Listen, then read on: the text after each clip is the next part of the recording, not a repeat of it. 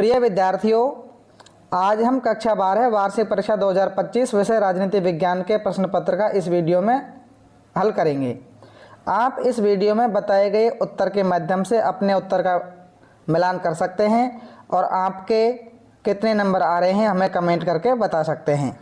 तो आइए शुरू करते हैं आज का पहला प्रश्न। शीत युद्ध के दौर में सबसे बड़े प्रतीक के रूप में निम्न में से किसे जाना जाता था? इसका उत्तर है से बर्लिन की दीवार। यूरोप के एकीकृत बाजार का गठन कब हुआ? इसका उत्तर है ब जनवरी 1993।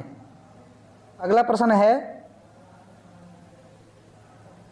दक्षिण एशिया मुक्त व्यापार संगठन साफ्टा कब प्रभावी हुआ? तो ये प्रभावी हुआ था 2006 में। इसका उत्तर है ए 2006। अगला प्रश्न है 1950 के दशक में निम्न में से कौन सा देश फ्रांस का उपनिवेश था? तो इसका उत्तर है ब वियतनाम। वैश्वीकरण है वस्तु प्रवाह, विचार प्रवाह, पूंजी प्रवाह। तो इसका उत्तर है ये तीनों सभी। तो इसका उत्तर हो जाएगा ऑप्शन में विकल्प द उपर्युक्त सभी। अगला प्रश्न है वैश्वीकरण में सर्वाधिक महत्वपूर्ण भूमिका किसकी रही? तो इसका उत्तर हो जाएगा ए संचार व प्रौद्योगिकी की। आंध्र प्रदेश राज्य कब अस्तित्व में आया? तो इसका उत्तर है द 1956। 1952 से ये बनने का आंदोलन शुरू हुआ। 1956 में कानूनी रूप से यह आंध्र प्रदेश राज्य अस्तित्व में आया। तो इसका सटीक उत्तर होगा द 1956। अगला प्रश्न है निम्न में से प्रथम पंचवर्षीय योजना में जुटे अर्थशास्त्री विशेषज्ञ कौन थे? तो इसका उत्तर है के.एन. राज। अगला प्रश्न है द्वितीय पंचवर्षीय योजना कब प्रारंभ हुई? तो द्वितीय पंचवर्षीय योजना 1956 से प्रारंभ हुई। इसका उत्तर हो जाएगा ए। निम्न में से वार्सा पैक्ट का समर्थक देश कौन था? तो इसका उत्तर हो जाएगा ब सोवियत संघ। अगला प्रश्न है निम्न में से भारत के प्रथम विदेश मंत्री कौन थे? तो प्रथम विदेश मंत्री जवाहरलाल नेहरू ही थे। ये प्रधानमंत्री के साथ साथ में विदेश मंत्री भी जवाहरलाल नेहरू ही थे। अगला प्रश्न है भारत के राष्ट्रपति फखरुद्दीन अली अहमद ने आपातकाल की घोषणा कब की? तो इसका उत्तर है 25 जून 1975 को राष्ट्रपति फखरुद्दीन अली अहमद ने भारत में आपातकाल की घोषणा की। भारत में संपूर्ण क्रांति के प्रतिपादक कौन थे? तो इसका उत्तर हो जाएगा जेपी नारायण, जयप्रकाश नारायण। उत्तर ए। भारत में चौथा आम चुनाव कब हुआ? तो इसका उत्तर है से 1967 में। नागालैंड राज्य कब पूर्ण राज्य बना? तो इसका उत्तर है से 1963 में। 1979 से 1985 के मध्य असम में किस देश के घुसपैठियों के विरुद्ध आंदोलन चले? तो इसका उत्तर है ब बांग्लादेश।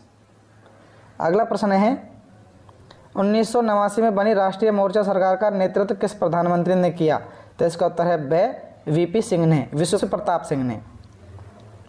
बामसेब का गठन कब हुआ? तो बामसेब का गठन हुआ था 1978 में। इसका उत्तर हो जाएगा द। अगला प्रश्न संख्या है जिसमें रिक्त स्थान वाले प्रश्न हैं जिनको देखेंगे हम। समाजवादी सोवियत गणराज्य 1977 के बाद अस्तित्व में आया? तो यहाँ पे आएगा बोल्शेविक क्रांति के बाद। बोल्शेविक क्रांति के बाद अस्तित्व में आया। 1960 में विश्व बैंक की मदद से भारत और पाकिस्तान ने संधि पर हस्ताक्षर किए। तो यहाँ पे है सिंधु जल संधि पर, सिंधु जल संधि पर हस्ताक्षर किए। 1971 में अटलांटिक चार्टर पर रूजवेल्ट ने हस्ताक्षर किए। तो यहाँ पे आएगा चर्चिल ने, विंस्टन चर्चिल जो इंग्लैंड का प्रधानमंत्री था उसने इस पर हस्ताक्षर किए।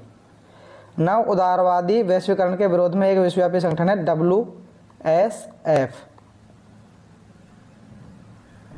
आगे रिक्त स्थान है योजना आयोग की स्थापना सन 1950 में, 15 मार्च 1950 में योजना आयोग की स्थापना हुई थी।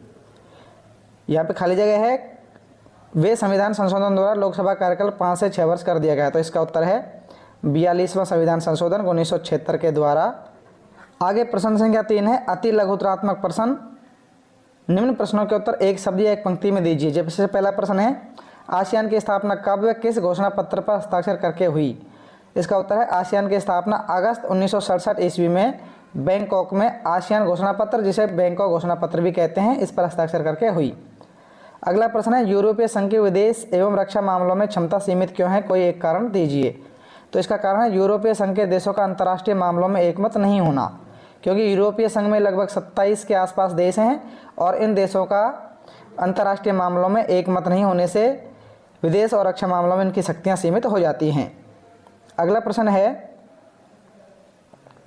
ऐसे देश का नाम लिखिए जहां भारत के नागरिक बिना पासपोर्ट और वीज़ा के आ जा सकते हैं। तो नेपाल और भूटान है। जिन्होंने नेपाल और भूटान में से कोई भी एक देश लिखा है उनका प्रश्न सही है। अगला प्रश्न है दक्षेश का पूरा नाम लिखिए। तो दक्षेश का पूरा नाम है दक्षिण एशियाई क्षेत्रीय सहयोग संगठन। अंग्रेजी में इसे south Asian association for regional corporation भी कहते हैं। अगला प्रश्न है संयुक्त राष्ट्र संघ दिवस कब मनाया जाता है। तो 24 अक्टूबर को प्रतिवर्ष संयुक्त राष्ट्र दिवस मनाया जाता है। अगला प्रश्न है ईवीएम का पूरा नाम लिखिए। तो ईवीएम का पूरा नाम है इलेक्ट्रॉनिक वोटिंग मशीन। अगला प्रश्न है प्रथम आम चुनाव निर्वाचन आयोग के लिए चुनौतीपूर्ण था, क्यों? कोई 2 कारण लिखिए। तो इसके 2 कारण हम लिख सकते हैं।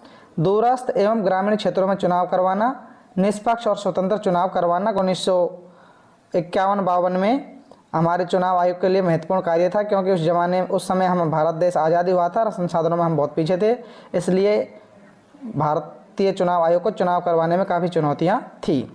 अगला प्रश्न है आज़ादी के वक्त भारत के सामने विकास के कौन से 2 मॉडल प्रमुख थे, लिखिए। तो आज़ादी के वक्त भारत के सामने पूंजीवादी मॉडल जो अमेरिका ने अपनाया और समाजवादी या साम्यवादी मॉडल जो रूस ने अपनाया, ये 2 मॉडल प्रमुख थे। लेकिन हमने पूंजीवादी और समाजवादी का मिश्रण यानी मिश्रित मॉडल अपनाया है, अर्थात हमारे सामने पूंजीवादी और समाजवादी ये 2 मॉडल प्रमुख थे। अगला प्रश्न है भारत ने पंचवर्षीय योजना का विकल्प कहाँ से लिया। तो इसका उत्तर है सोवियत संघ से लिया गया है।